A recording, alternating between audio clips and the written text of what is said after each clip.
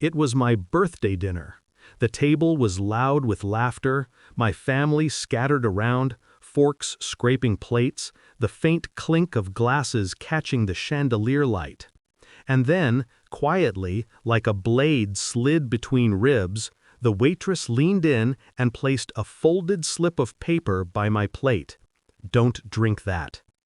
My blood froze. I didn't ask who sent it. I didn't look around the table. I simply smiled, raised my glass in a toast, and switched it with my daughter-in-law's while no one noticed.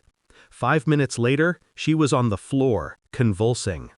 And just like that, the truth was naked in front of me.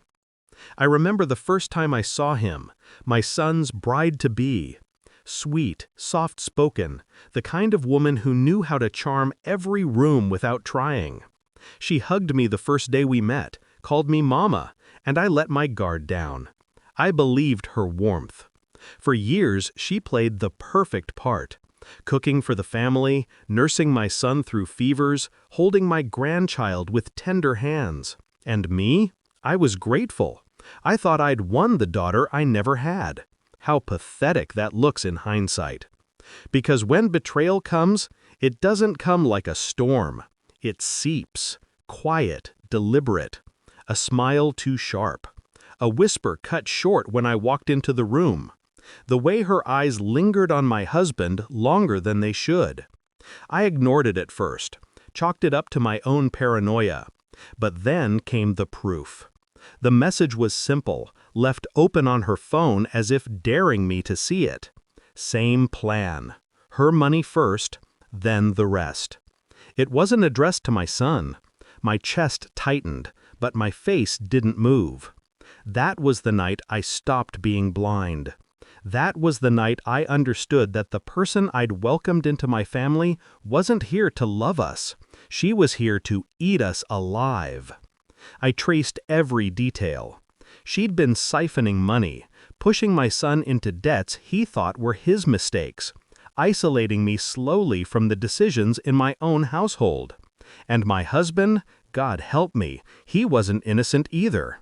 I found his watch on her dresser once, tucked under silk that wasn't hers.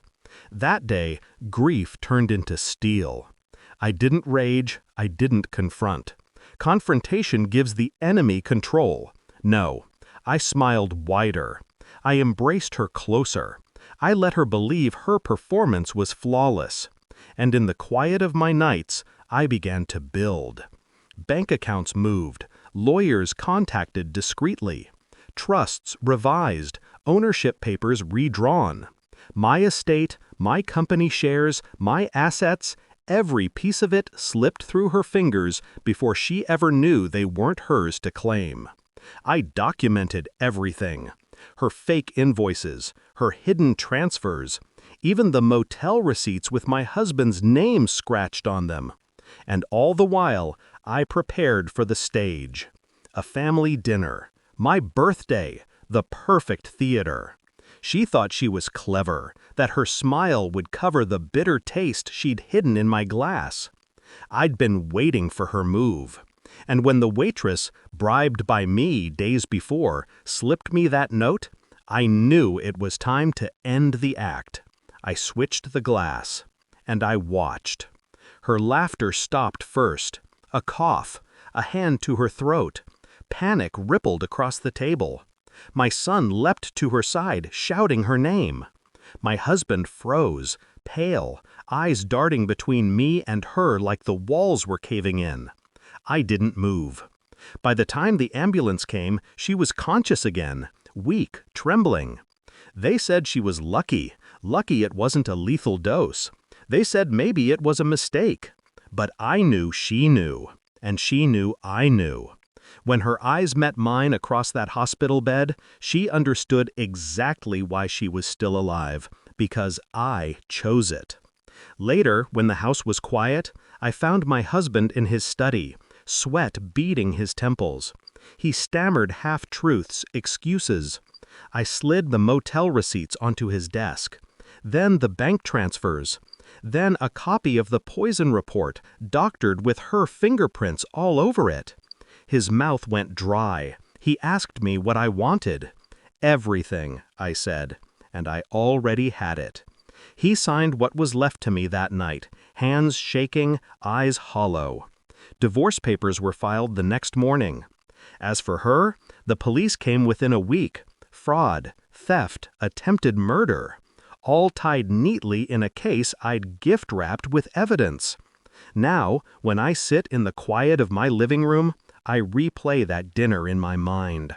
The clinking of glasses, the moment the laughter curdled, the way her face twisted when the poison she poured for me turned on her instead. Do I feel guilty? No. Do I feel satisfied? Not quite. Satisfaction is too small a word. I feel free. Betrayal is a knife in the dark. But revenge? Revenge is watching them choke on the blade they sharpened for you.